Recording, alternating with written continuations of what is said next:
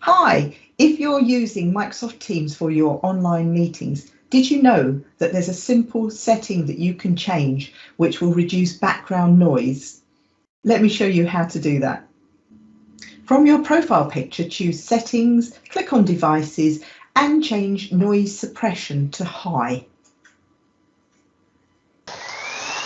I'm still working from my apartment, and while it can be challenging at times sharing a space with my roommate, I love the fact that I save an hour each day for my commute to the office. So I got an email from the GM last week about the new work from home policy for next year. I think when things get back to normal, I'll probably still work from home at least twice a week. Well, I hope that was useful. If you need any help with Teams, then let me know. My contact details will follow.